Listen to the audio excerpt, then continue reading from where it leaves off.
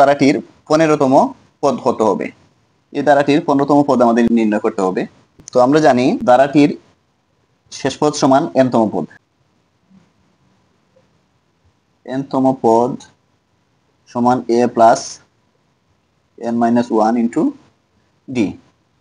এখানে a বলতে প্রথম পদ আছে 1 প্লাস n মানে শেষ পদ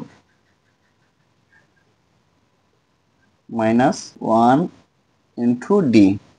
d মানে হচ্ছে পরবর্তী পদ থেকে পূর্ববর্তী পদের বিয়োগফল। অর্থাৎ 13 থেকে আমরা যদি 9 বিয়োগ করি 4, আবার 9 থেকে যদি 5 বিয়োগ করি এক্ষেত্রে সংখ্যাটা একই 4 আসতেছে। আবার 5 থেকে যদি 1 বিয়োগ করি এক্ষেত্রেও 4 আসতেছে। তার মানে d এর মান হচ্ছে 4।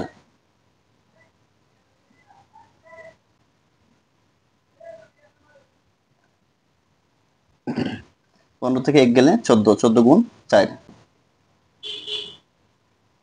অর্থাৎ 15তম পদ হচ্ছে 57।